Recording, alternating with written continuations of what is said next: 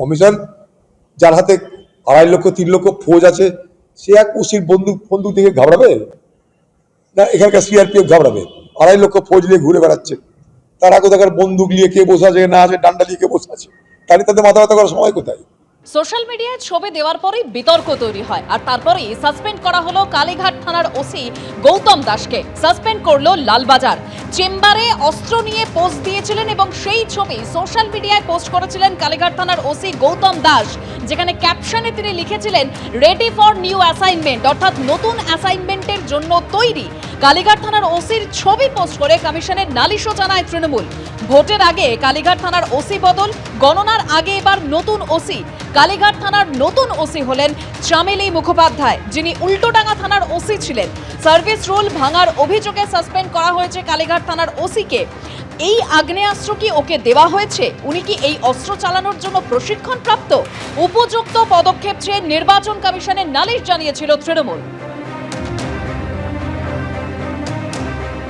নতুন ওসি হয়েছেন চামেলি মুখোপাধ্যায়, যিনি উল্টোডাঙ্গা থানার ওসি ছিলেন। তাকে এবার কালীঘাট থানার ওসি করা হলো। সার্ভিস রুল ভাঙার অভিযোগে সাসপেন্ড করা হয়েছে কালীঘাট থানার ওসি গৌতম দাসকে।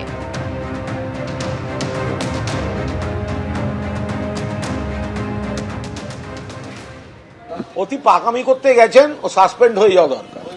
হয়ে গেছে, ভালো হয়েছে। পাকামি করতে গেছে, ভেবেছে যারা বসিয়েছে তাদেরও সব বন্দুক ফন্দুক দেখিয়ে খুশি করলে বোধহয় ইয়ে হবে। বিজেপির হয়ে কাজ করেছে, বিজেপি সুপারিশ হয়েছে, অবিলম্বে শুধু সাসপেন্ড নয়, যে ওসি নিজের চেয়ারে নিয়ে পোস্ট দেন। পুলিশের অনেক ভালো কর্মী আছেন, অনেক দায়িত্বশীল ওসি আছেন, অনেক দায়িত্বশীল অফিসার আছেন, তারা কাজ করছেন।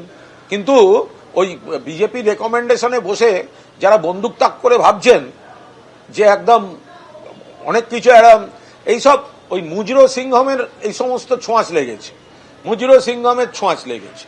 তো ওই সব ভাব দেখাতে গেলে এতে সাসপেন্ড কেন? ভবিষ্যতে যাতে কোনো থানায় না ফিরতে আসতে পারে তাই দেখা উচিত। এক্ষেত্রে কি ধরনের প্রাবধান আছে আইনে সেটা নিশ্চিতভাবে নির্বাচন কমিশন ঠিক করবে, এবং তারা যখন সিদ্ধান্ত নিয়েছেন এই সিদ্ধান্ত যুক্তিসঙ্গত কিনা বা এটা এই ছবিটা কতখানি সঠিক ইত্যাদি বিষয় সেটা প্রকাশ করবার অধিকার বা সে নিয়ে কথা বলবার অধিকার সংশ্লিষ্ট পুলিশ অফিসারের নিশ্চিতভাবে থাকবে। আমি শুধু এটুকুই বলবো যে আইন আইনের মতন চলবে এবং আইনের মধ্যে থেকেই আমাদের যারা সরকারি আধিকারিকরা আছেন তারা কাজ করবেন, এইটাই আমরা আশা করি। কমিশন যার হাতে 2.5 লক্ষ 3 লক্ষ ফৌজ আছে সে এক ওসির বন্দুক বন্দুক থেকে ঘাবড়াবে না? এখানকার সিআরপিএফ ঘাবড়াবে? 2.5 লক্ষ ফৌজ নিয়ে ঘুরে বেড়াচ্ছে, তারা কোথাকার বন্দুক নিয়ে কে বসে আছে না আছে, ডান্ডা নিয়ে কে বসে আছে, তাহলে তাদের মাথা ব্যথা করার সময় কোথায়?